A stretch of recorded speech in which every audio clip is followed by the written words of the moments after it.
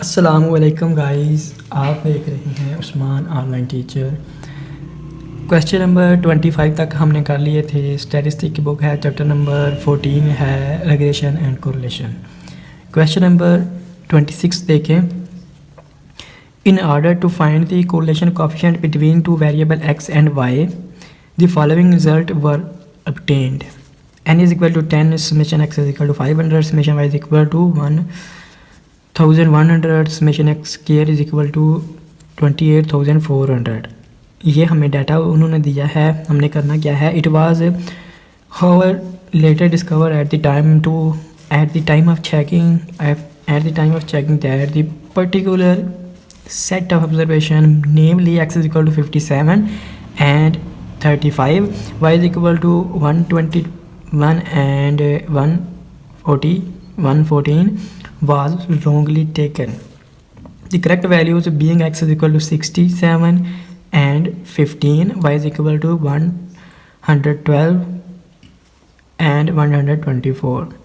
Compute the correct value of the correlation coefficient.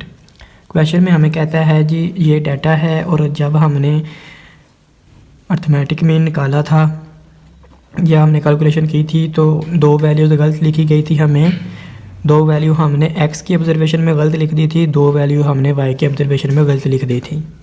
जबकि बाद में पता चला है जी असली x की ये हैं और y वाली ये हैं। अब हमने क्या करना है कि नकली जो गलत वैल्यू हैं उनको डिलीट करके असली वैल्यू ऐड करके फिर हमने फाइंड करना है कोरिलेशन कोएफिशिएंट। हम नीचे लिखेंगे जी करेक्ट समेशन x, वो किसके इक्वल हो जाएगा। ये समेशन x गलत है यानी गलत वैल्यू वाला है, करेक्ट हमने फाइंड करना है। हम क्या करेंगे, जो गलत दो वैल्यू ऐड होगी थी ना x में 57 एंड 35, इनको माइनस कर देंगे, और जो करेक्ट हैं 67 एंड 15 इनको ऐड कर देंगे। ये दोनों माइनस कर दी और सही वाली ऐड कर दी, तो इनको इक्वल करेंगे तो 490 आ जाएगा हमारे पास समेशन x। अब गलत समेशन y ये है हमारे पास, और गलत वैल्यू जो पुट हो गई थी वो ये है। इसमें से ये वैल्यू दोनों माइनस कर देंगे और सही वाली ये हैं, ये दोनों प्लस कर देंगे, तो करेक्ट समेशन y हमारे पास आ जाएगा ये। अब समेशन x स्क्वायर ये भी गलत है, ये भी गलत है, ये भी गलत है, इनको भी सही करना है। जब स्क्वायर वाले में हम ऐड करेंगे तो इन दोनों का इस बार स्क्वायर माइनस करेंगे, और जो ऐड करनी है उनका भी स्क्वायर ही ऐड करेंगे, तो ये आ जाएगा। ऐसे ही y स्क्वायर वाले के साथ करेंगे, और जब समेशन x y लिखेंगे तो फिर उन दोनों को मल्टीप्लाई करके माइनस करेंगे, इन दोनों को मल्टीप्लाई करके माइनस करेंगे, फिर जो ऐड करनी है उनको भी मल्टीप्लाई करेंगे, जो y वाली ऐड करनी है उनको भी मल्टीप्लाई करके ऐड करेंगे, तो ये हमारे पास करेक्ट सभी करेक्ट वैल्यूज़ हो जाएंगी। अब इनके हिसाब से हम कोएफिशिएंट फाइंड करने वाला कोरिलेशन कोएफिशिएंट फाइंड करने वाला फार्मूला लगा देंगे। यानी फार्मूला आप जानते हैं, r is equal to summation x y minus summation x summation y over n, summation x square minus summation x over n का स्क्वायर है, summation y square minus summation x का square over n। Under root में लिखना है नीचे। अब इसमें values ये वाली आपने नहीं लगा देनी फार्मूले में, ये गलत थी, जो अभी फाइंड की हैं ये करेक्ट, ये सारी वैल्यूज़ आपने लगानी है। उन वैल्यूज़ के हिसाब से आपने पुट करना है। n उसने हमें 10 दिया था, और आगे आपको तरीका पता ही है, आपने आंसर फाइंड कर लेना है। क्वेश्चन नंबर 27 देखें। Question number compute the coefficient of correlation between x and y from the following data. Sum of deviations of x series equal to 5, sum of deviations of y series equal to 4, sum of square of deviation of x series equal to 40, sum of square of deviation of y series equal to 50, sum of the product of the deviation of x and y series equal to 32, number of the pairs of observation of x and y series is equal to 10।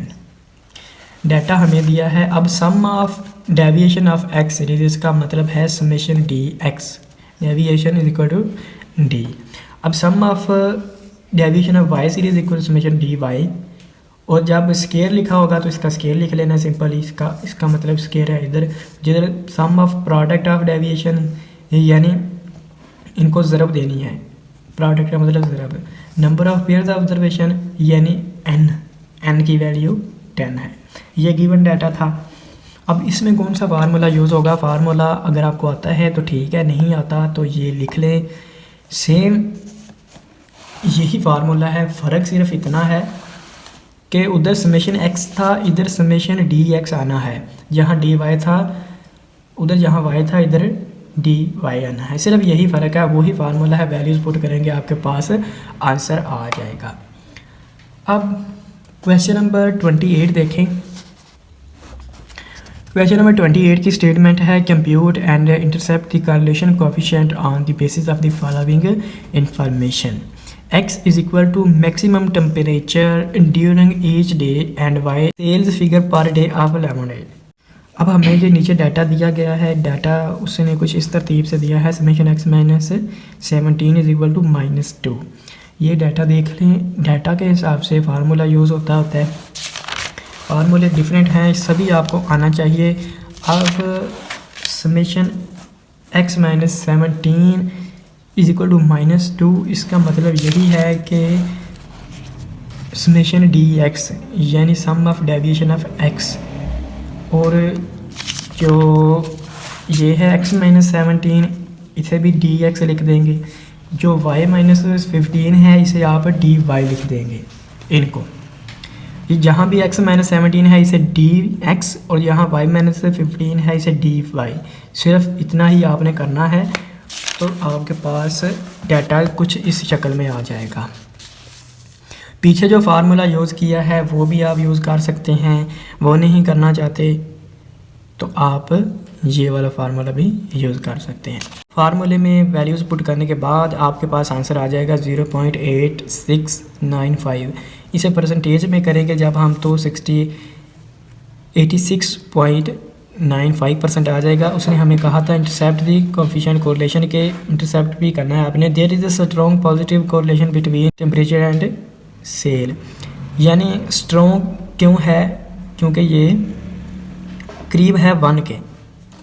अगर minus में आ जाए तो होती है week होती है, 0 आ जाए तो नो कोरिलेशन, और 1 के करीब आ जाए तो स्ट्रॉन्ग हो जाती है। ठीक है, आगे क्वेश्चन नंबर 29 देखें। The following are 6 pairs of values of 2 variables x and y।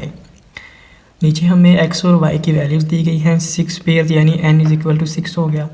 Taking x is equal to 100 and y is equal to 9 as origin, calculate and intercept the coefficient of correlation between x and y। अब उसने कहा है x equal to 100 y equal to 90 as origin लें। हमने वही निकालना है, यानी dx sum of deviation of x sum of deviation of y। ये हमें x दिया था, ये y दिया था। अब x इज इक्वल टू 100 ये ओरिजिन लेना है तो क्या करेंगे, x माइनस 100 कर देंगे, यानी x की हर वैल्यू में से 100 करते जाएंगे और इधर लिखते जाएंगे तो हमारे पास dx आ जाएगा। अब x की पहली वैल्यू 101 है, इसमें से 100 माइनस कर देंगे तो 1 आ जाएगा। दूसरी वैल्यू 103 है तो 100 माइनस किया 3 आ गया। और यहाँ ये नीचे लिखा हुआ है समेशन dx। ऐसे ही y की हर वैल्यू में से 90 माइनस करते जाएंगे और लिखते जाएंगे। फिर इन दोनों को मल्टीप्लाई करके dx dy निकाल लेंगे। फिर इसका स्केयर ले लेंगे हर वैल्यू का, ये आ जाएगा। इसका हर वैल्यू का स्केयर लेंगे, ये आ जाएगा। रिक्वायरमेंट्स हमारी पूरी हो गई हैं जो हमें फार्मूले में चाहिए होती हैं। अब नीचे फार्मूला वही यूज़ होगा जो पीछे किया है, यानी summation dxy minus summation dx summation dy over n उसने कहा था 6, तो n की वैल्यू 6 है। बाकी सभी वैल्यूज़ हमने ये निकाल ली हैं। सिंपली फार्मूले में पुट करके आप आंसर निकाल लेंगे। आंसर आपके पास 0.99 आना चाहिए। हम लिखेंगे there is a high degree of positive correlation between x and y, क्योंकि ये बहुत ही करीब है 1 के, इसलिए there is a high degree of positive correlation between x and y। अब क्वेश्चन नंबर 30 देखें। क्वेश्चन नंबर 30 की स्टेटमेंट है, calculate the coefficient of correlation between the values of x and y from the following table. Use 167 as a working mean for x and 210 as that for y। Same वही करना है, इस बार x और y की values लिख लेनी है। x की हर वैल्यू में से उसने कहा है 167 रिमूव करते जाएं, आपके पास dx आ जाएगा।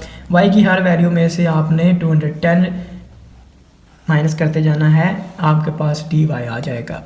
दोनों को मल्टीप्लाई करके dx dy निकाल लेना है और फिर स्केयर ले लेना है, आपकी रिक्वायरमेंट्स पूरी हो जाएंगी। n की तादाद हम इनको गिन लेते हैं, 1 2 3 4 5 6 7 8, ये 8 है तो n इज़ इक्वल टू 8 आ गया।